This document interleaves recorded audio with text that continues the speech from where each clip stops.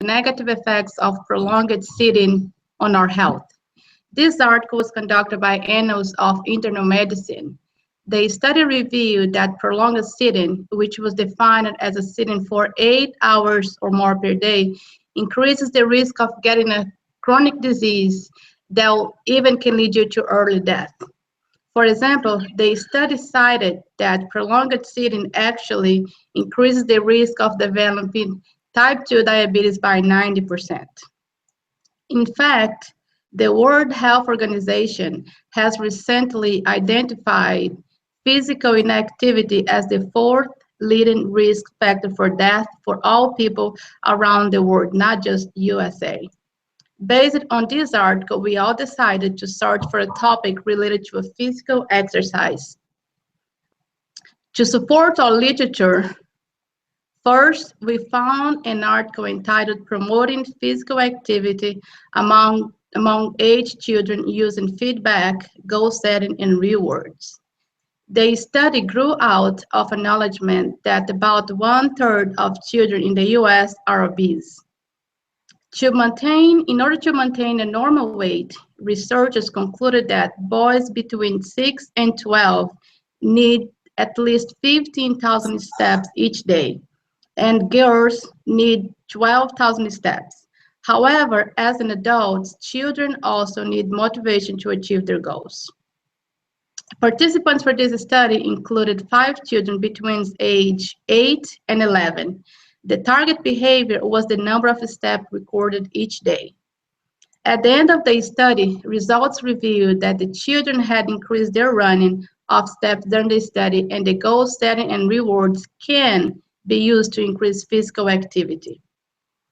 The second article we found to support our literature is the effect of goal setting on motivation in a 6-week exercise program.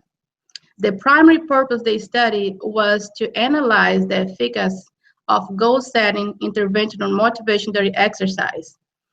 Participants were 6 recreational exercises, including 33 males and 27 females. The importance of the study rests with the fact that while we all know the regular physical activity is very beneficial for our health, a study has indicated that over 50% of individuals who start an exercise program will drop out before the period of 6 months. The common reasons for this dropout can include lack of improvement and change on motivation. At the end of the study, results revealed that goal setting had a positively effect on motivation on exercise program among all participants. Because of the importance of physical activity, our group have decided to replicate the study using goal setting and feedback to increase weekly running distance. The initial study took place at the University of South Florida in 2014. The primary purpose of the study was to analyze the efficacy of goal setting and feedback to increase running distance. The participants of the study included 5 women between ages 18 and 28, which all had a good health, and all of them wanted to increase their running distance. Participants were then given the Nike support kit to measure both the distance and the speed of each running. Participants will set both short-term goals and long-term goals. They are expected to run at least 3 times a week and set a higher goal for the next week. At the end of the study, results indicated that all 5 of the participants had increased their running distance, utilizing both setting and goal and feedback. Now, Sarah is going to talk about the methods. Sarah?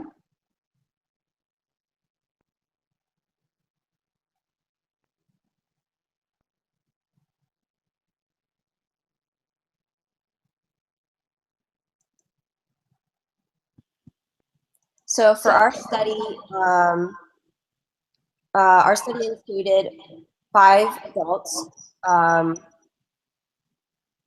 4 females and 1 male. The participants' ages range from 23 to 29.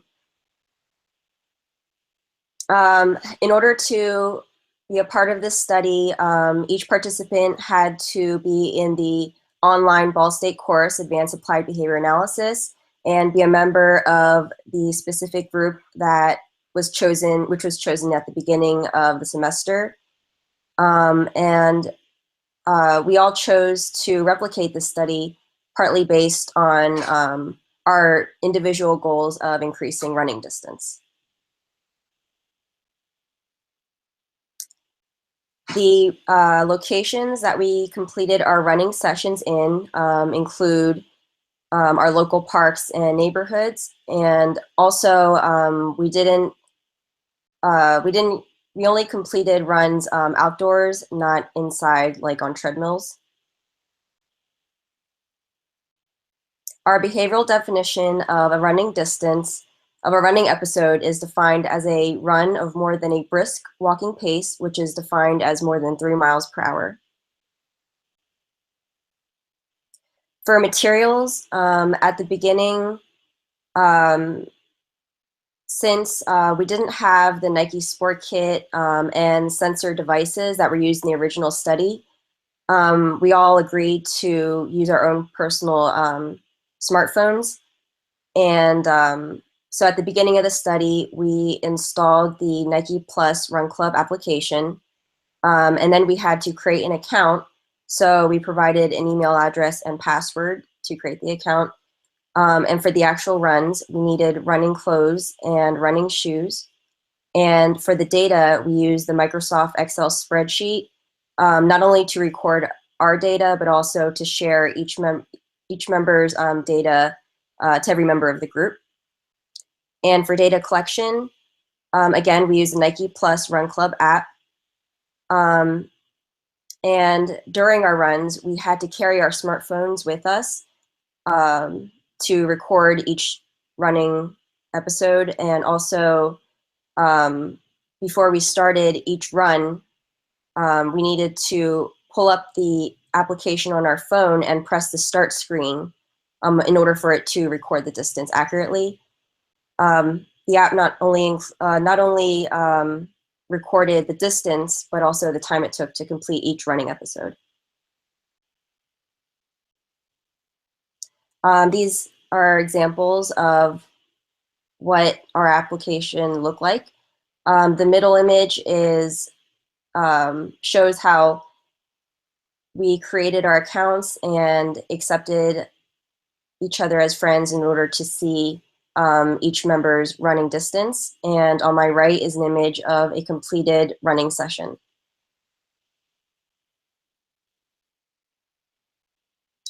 And here are some more images. The application also showed us our achievements, which include farthest run, longest distance run, and the fastest run. And on the right is an example of a member's log of her runs. And for the design, we use the changing criterion design to graph our individual data. And Paula will continue with the methods.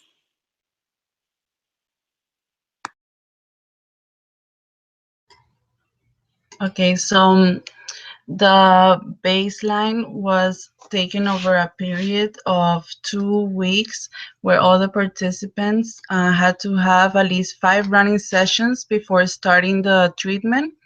The participants did not have to set a distance goal for those 5 runs.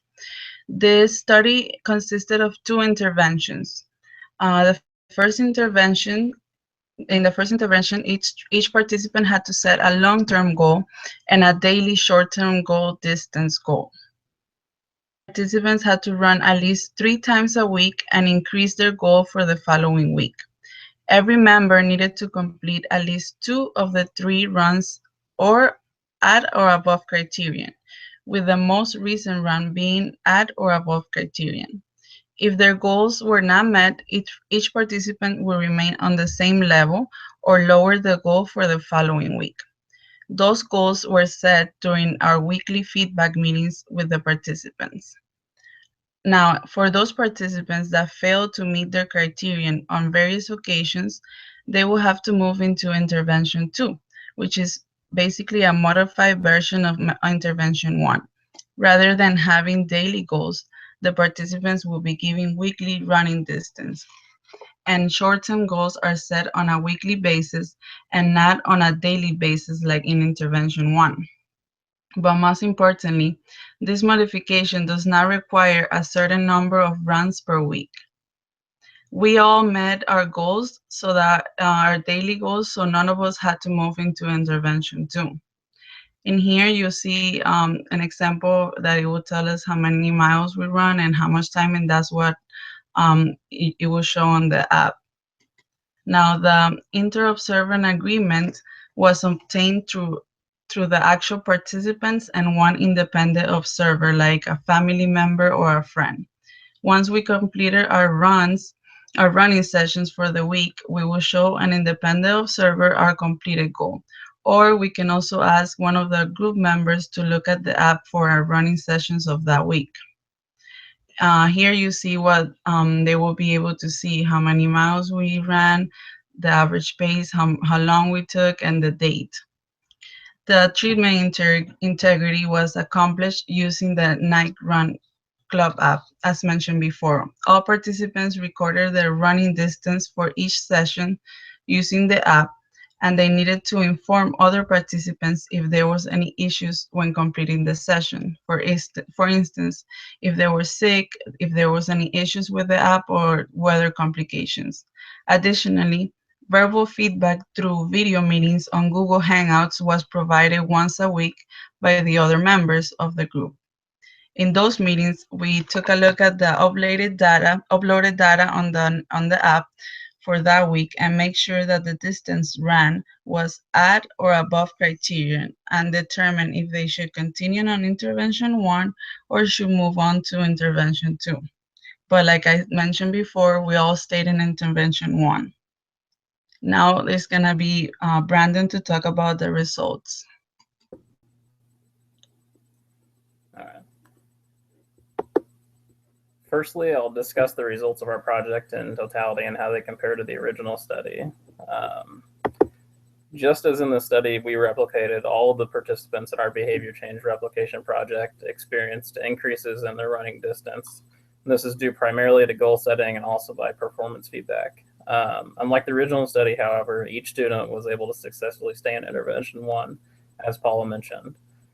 And the results of such will be reflected in the coming slides that show our individual results. Three participants in the original study ended up having to switch from the first intervention to the second after failing to meet criterion several times. This was not the case in our project. There are several potential reasons for the differences in results among the project and the study. In our study, we only ran for 2 weeks during baseline.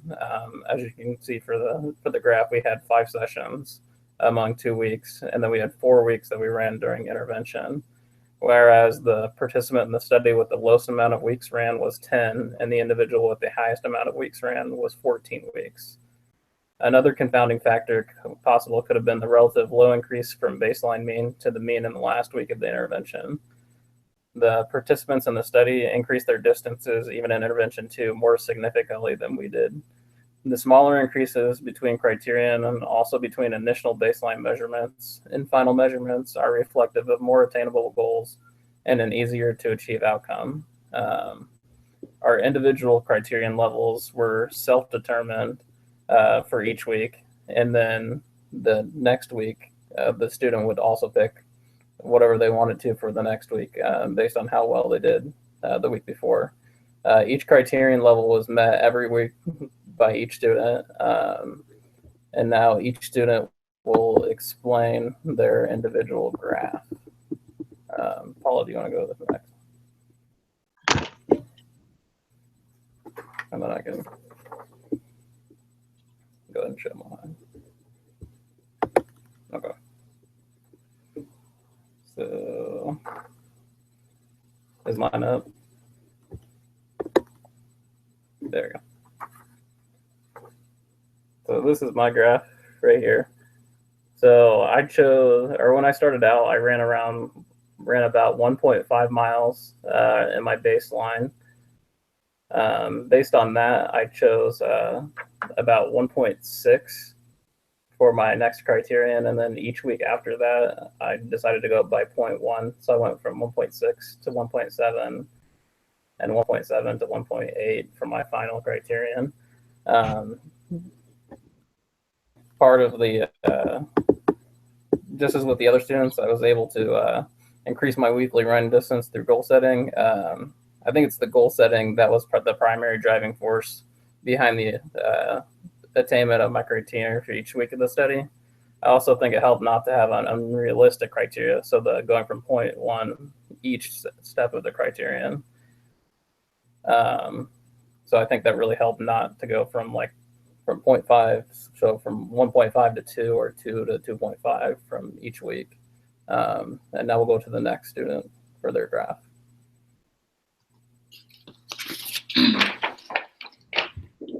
Hi, this is my graph. As you can see, I had 5 run sessions over a period of 2 weeks for my baseline.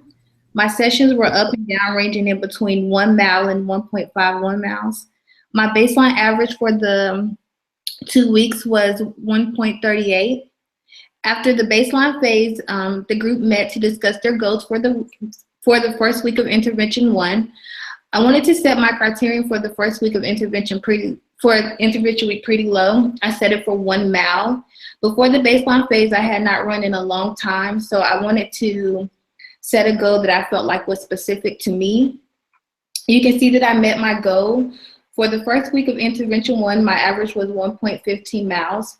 Based on the data, I decided to increase my next criterion by half of a mile, or 0.50. For intervention 2, I met my criterion 2 out of the 3 run sessions. The average runs for that week was 1.68. For week 3 of the intervention, I met my criterion for all 3 of my run sessions. And based on that data, I decided to increase my run for the next week by 0.15. I also met my goal for week 4. I was able to meet my short-term goals that I set weekly during the intervention phase, as well as my long-term goal. My long-term goal was to run a total distance of 2 miles. Next, Paula will discuss her graph. Okay, so as you can see, this is my graph. My baseline average of my 5 runs was 1.35 miles. Based on that distance that I was able to run during those 5 runs, I decided to start my intervention running sessions around the same distance of my last baseline run, which was 1.7 miles. I was very interested in increasing my running distance, so I decided to set a long-term goal for 2.5 miles. For intervention 1, the criteria that I chose was 0.25 miles, and as you can see, I was able to meet and at times exceed that criterion each week. Finally being able to reach my goal of 2.5, and actually on my last run, I did 2.8 miles, which I was very happy about that. Now Sarah is gonna present her graph.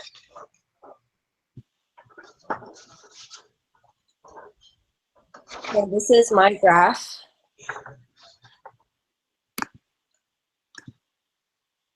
So this is my graph. At the beginning of the study, we all agreed to run a minimum distance of 1 mile for baseline. And personally for me, I have difficulty with running. I run short out of breath very easily, and I have to stop frequently during running sessions.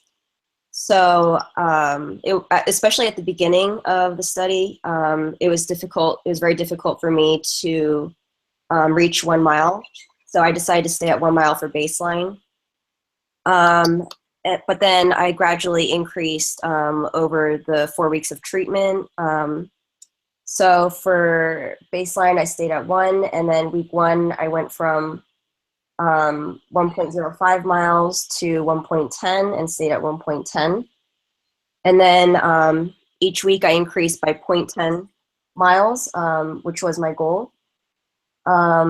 And so for the second week, I went from 1.25 to 1.30, and then 1.43 to 1.60. And then finally for week 4, I went from 1.77 to 2 miles, which was my long-term goal for the study. And my total distance was 22.5 miles. My total average was 1.32 miles, and my total range was 1 mile. And next, Clarina will present her graph.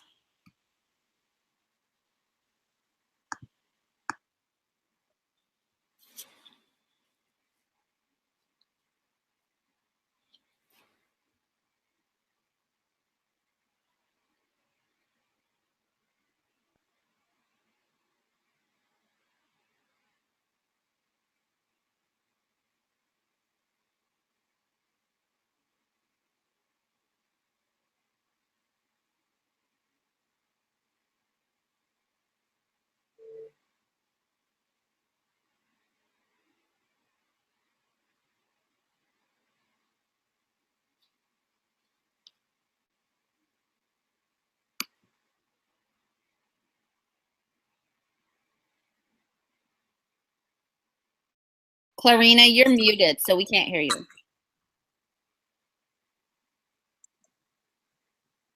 Hello? Now we can hear you.